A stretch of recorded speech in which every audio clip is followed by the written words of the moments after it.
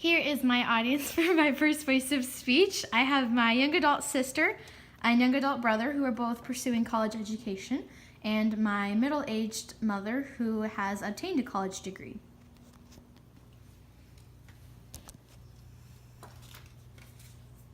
Today I will be addressing the topic of abortion. My general purpose is to persuade, and my specific purpose is to persuade or to inform my audience about what God's Word says about abortion, and to persuade them that an action should be taken against abortion, and that is by implementing a Bible-centered education in schools and in churches. 60 million. To some, that is a very large number, and it's a little bit hard to picture when you think of it in terms.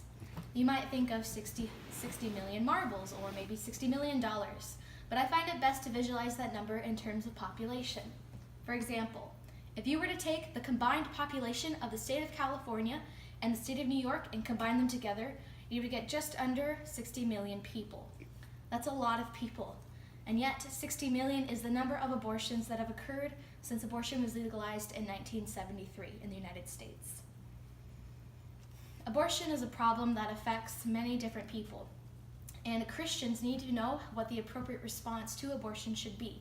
For a lot, it can make them uncomfortable addressing this topic, and so understanding what the call for Christians to do is very important. I personally, as a Christian and a young adult, have encountered many conversations and arguments over the topic of abortion. Understanding how to go through an argument or teach about abortion in a God-honoring way is very important. Abortion is a problem, as I said, that affects millions of people, both the lives of adults and the lives of unborn. There needs to be a spark to end this problem, and that begins with individuals providing Bible-centered education within schools and within churches. And these need to be talking about the sanctity of life, pregnancy, and the appropriate response. In the minutes that follow, I will address this topic, showing first the statistics for abortion, second, the reason abortion is sought out, and third, the solution to this problem. Now let's dive into this. There are many statistics surrounding abortion. As I stated before, there have been 60 million abortions since it was legalized in 1973. According to this graph here, we see the amount from 1973 to 2014 put onto a graph.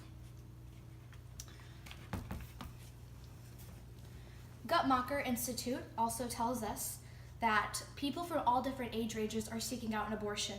We find that 34% of abortion patients are between the ages of 20 and 24, 27% are between 25 and 29, 8% between 18 and 19, 3% between 15 and 17, and 0.2% for any under the age of 15.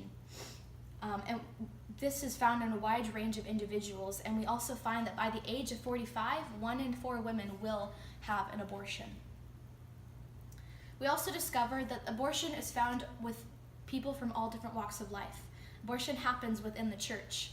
Out of patients who were surveyed in 2014 by Guttmacher, 17% identified as mainline Protestant, 13% as evangelical Protestant, 24% as Catholic, 38% had no religious affiliation, and 8% had a different affiliation.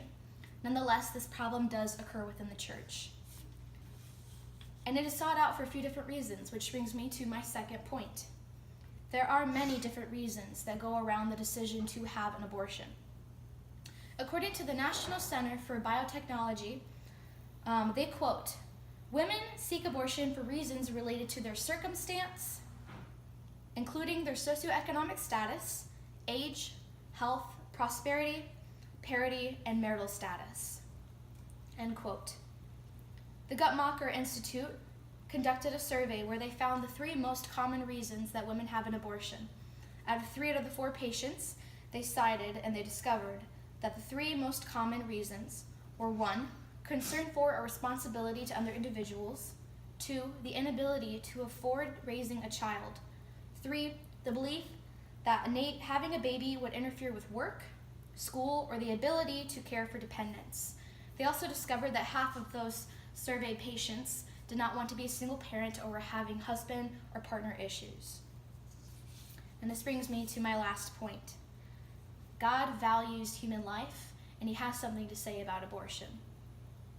We see in the scriptures that God values the lives of the unborn. Psalm 139:13 and 16 says, quote, "For you created my inmost being. You knit me together in my mother's womb. Your eyes saw my unformed body. All the days ordained for me were written in your book before one of them came to be." End quote. We also see in the scriptures that God talks about abortion. It is ending a human life, and we see that in the Bible, ending a human life is murder. Exodus 20:13 says, "You shall not murder." End quote. We also see in the scriptures that we are called to love others, which is seen in Isaiah 41:10. By loving others, we can teach them about abortion and what God's word has to say about them, helping them to understand the sanctity of life as God has formed these unborn children, and how he has numbered their days before they've even come to pass. And this brings me to my conclusion. The number of abortions that occur each year are a tragedy in God's eyes. His scriptures are very clear on what he thinks about pregnancy, murder, and the sanctity of life, and how we respond and love to others. We need to help others gain an understanding of the importance of human life, and this is done by implementing a Bible-centered education in schools and in churches. You must obey God's commandments and respect the lives that God has created. You must teach others about the sanctity of life, pregnancy, and its importance and its gift. I encourage you to analyze your own responses to the topic of abortion. Teach others about what God's word says about it, and help others to get a good education that is Bible-centered relating to this topic. Thank you.